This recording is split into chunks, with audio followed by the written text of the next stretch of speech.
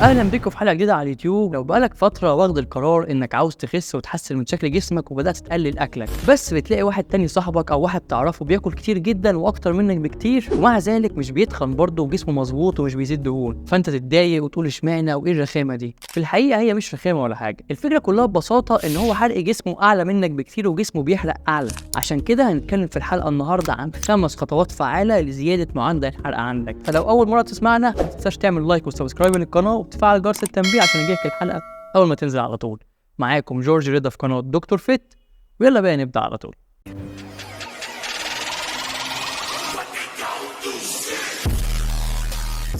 في الاول عاوزين نعرف مع بعض ونفهم يعني ايه حرق ويعني ايه معدل الحرق.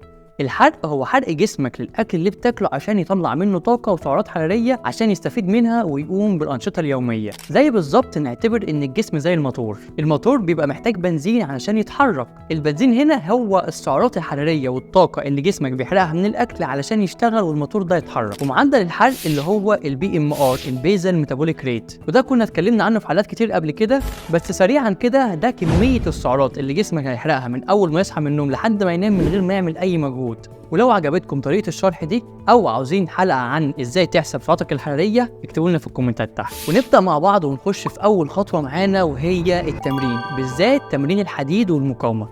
هتقول لي الله ايه دخل التمرين والجيم والحديد بالحرق؟ هقول لك ان التمرين هيفرق معاك جدا في زياده الحرق، عشان في حاجه اسمها الماسل تون. العضله طبيعي وهي في وضع الراحه مش بتبقى فول ستريتش ومرخيه على الاخر، لا بيبقى في نسبه مقاومه او تنشن بسيطه موجوده على العضلات، وده بيحافظ على ثبات جسمك وانت واقف وانت ماشي وانت بتتحرك وانت قاعد او انت نايم. والماسل تون دي مش ببلاش، جسمك بيدفع فيها طاقه او سعرات حراريه عشان يحافظ عليها. فكل العضلات عندك ما هتزيد كل ما الماسل تون عندك هتزيد، بالتالي جسمك هيدفع اكتر ويحرق سعرات اكتر عشان يحافظ على الماسل تون دي. طيب وايه اكتر حاجه تزود من نسبه العضلات في الجسم؟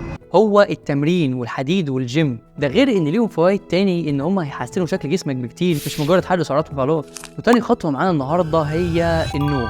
مش هقول لك لازم تنام من 6 ل 8 ساعات في اليوم عشان دي تعتبر معلومه مفيش حد فينا ما يعرفهاش، بس عاوز اقول لك حاجه، السهر وحش، قلة النوم وحشة، عشان السهر بيعمل حاجتين والاتنين عكس بعض والاتنين وحشين. ان هو بيقلل من هرمون الشبع الليبتين وبيزود من هرمون الجوع الجريلين. فانت حرفيا ممكن تقوم تفتح التلاجة تاكل نص اللي فيها او كل اللي فيها، وساعتها هتكون دخلت سعرات كتيرة جدا وهتزيد في الوزن مهما كان حرقك عالي. وتالت خطوة معانا النهاردة هي اكل البروتين. هتسألني وتقول لي ازاي اكل البروتين هيزود من الحرق؟ هقول لك في حاجة اسمها الTEF، الثيرمو افكت اوف فود، بالعربي التأثير الحراري للاكل. ودي بتبقى عبارة عن كمية الطاقة أو الكالوري اللي جسمك بيحرقها عشان خاطر يهضم الأكل اللي هو كله. والTEF للبروتين بتبقى عالية، بتبقى من 20 ل 35%.